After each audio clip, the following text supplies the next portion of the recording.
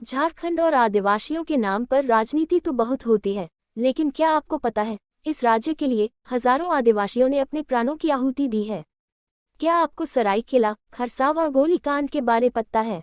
क्यों आजाद भारत के स्वदेशी सरकार ने आदिवासियों पर गोलियां चलवाई? एक ऐसा गोलीकांड जिसकी तुलना जलियांवाला बाग से की जाती है।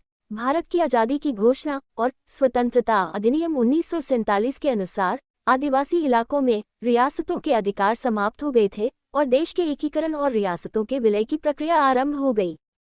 खरसावा नरसंहार की पृष्ठभूमि यहीं से शुरू हुई। देश के तत्कालीन गृहमंत्री सरदार वल्लभ भाई पटेल ने देशी रियासतों को मिलाकर देश के एकीकरण की प्रक्रिया शुरू की। एकीकरण और रियासतों के विलय की प्रक्रिया में खरसावा सरायकेला के रियासत प्रमुखों ने ओडिशा के साथ अपने विलय को मंजूरी दे दी और 1 जनवरी 1948 को औपचारिक तौर पर सत्ता के हस्तांतरण का दिन मुकर्रर हुआ। लेकिन मुंडा, संथाल और अन्य आदिवासी इस विलय के खिलाफ थे। वे अपने लिए एक अलग आदिवासी बाहुल्य राज्य झारखंड की मांग कर रहे थे। 25 दिसंबर 1947 को चंद्रपुर में नदी किनारे एक सभा आयोजित की गई। सभा में रियासतों के विलय के खिलाफ आदिवासियों बाहुल्य क्षेत्रों को मिलाकर आदिवासी राज्य बनाने और आदिवासियों को एकजुट करने का निर्णय लिया गया। साथ ही 1 जनवरी को साप्ताहिक हाट के दिन खरसावा बाजार मैदान में सभा करने का फैसला किया गया, जहां मारंग गोम के जयपाल सिंह मुंडा के द्वारा सभा को संबोधित किया जाना तय हुआ। संविधान सभा के सदस्य, ऑक्सफोर्ड के पूर्व छात्र और आदिवासी महासभा के प्रमुख जयपाल सिंह मुंडा के आगमन की सूचना ने आदिवासियों में उत्साह भर दिया। उन्हें देखने सुनने के लिए रांची, चक्रधरपुर, चाईबासा समेत अनेक जिलों के स्थानीय आदिवासी परंपरागत हथियारों कुल्हाड़ी, तीर धनुष, ढोल नगाड़े से लैस होकर पैदल ही सभा स्थल की ओर चल पड़े। गुरुवार साप्ताहिक हाट का दिन होने के कारण सामान्य से अधिक लोग बाजार के मैदान और उसके आसपास मौजूद थे। आजादी के गीत, आदिवासी एकता के नारे, अलग झारखंड राज्य की मांग, रियासतों के विलय के निर्णय और ओडिशा मुख्यमंत्री के खिलाफ नारे लगाए जा रहे थे।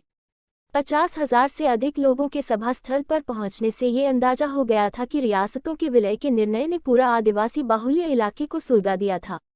ओडिशा के तत्कालीन मुख्यमंत्री विजय पानी किसी भी तरह के विरोध को बलपूर्वक कुचलने के लिए पहले से ही तैयार थे, लिहाजा उन्होंने पूर्व में ही अपनी तैयारी कर ली थी। ओडिशा सशस्त्र सुरक्षा बल और पुलिस के जवानों को सभा के आयोजन से 2 हफ्ते पहले 18 दिसंबर 1947 को जंगल के रास्ते खरसावा भेज दिया गया था।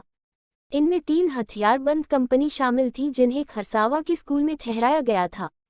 इधर आदिवासियों के अबुआ झारखंड के नारों से आसमान गुंजायमान था।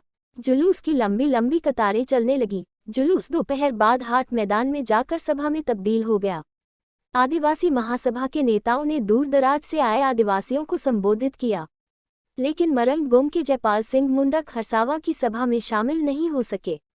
आदिवासियों का एक जत्था खरसावा के तत्कालीन राजा से मिलना चाहता था ताकि विलय निर्णय पर पुनर्विचार का अनुरोध किया जा सके, लेकिन संभव नहीं हुआ। सभा के समाप्त होने के कुछ ही देर बाद अचानक बिना किसी चेतावनी के ओडिशा सरकार के आदेश पर आधुनिक हथियारों से लैस ओडिशा सुरक्षा बल और पुलिस ने आदिवासियों पर अंधाधुंध गोलीबारी शुरू कर दी। लोग जान बचाने के लिए इधर से उधर भागने लगे। कुछ जमीन पर लेट गए, कुछ मैदान में बने कुएं में कूद गए, कुछ भगदड़ में मारे गए। इनमें बच्चे, बुजुर्ग और महिलाओं की तादाद सबसे अधिक थी। पूरा मैदान लाशों से पट गया था और अब मैदान को ओडिशा मिलिट्री और पुलिस ने चारों तरफ से घेर लिया। घायलों को न तो मैदान से बाहर जाने दिया गया और न इलाज के लिए अस्पताल ले जाया गया। सेना और पुलिस के जवानों ने लाशों को ट्रकों में भरकर सारंडा के जंगलों में फेंक दिया। मैदान स्थित लाशों से भरे कुएं को रात में ही स्थायी रूप से बंद कर दिया गया। भारत सरकार ने भी अपनी ओर से कोई जांच नहीं बैठाई। ओडिशा सरकार ने आदिवासियों के इस नरसंहार को छुपाने के लिए पत्रकारों के घटनास्थल पर जाने पर प्रतिबंध लगा दिया। यहाँ तक कि बिहार सरकार द्वारा भेजे गए चिकित्सा दल और सेवा दल को वापस कर दिया गया। आजादी के मात्र 133 दिन बाद ही खरसावा में कर्फ्यू लगा दिया गया। अंग्रेजी अखबार द स्टेट्समैन ने 3 जनवरी को घटना की रिपोर्ट करते हुए 35 आदिवासियों के मारे जाने की सूचना दी। ओडिशा सरकार के अनुसार 32 और बिहार सरकार के आंकड़ों के अनुसार मरने वालों की संख्या 48 थी, लेकिन प्रत्यक्षदर्शियों के अनुसार इनकी संख्या कई हजारों में थी।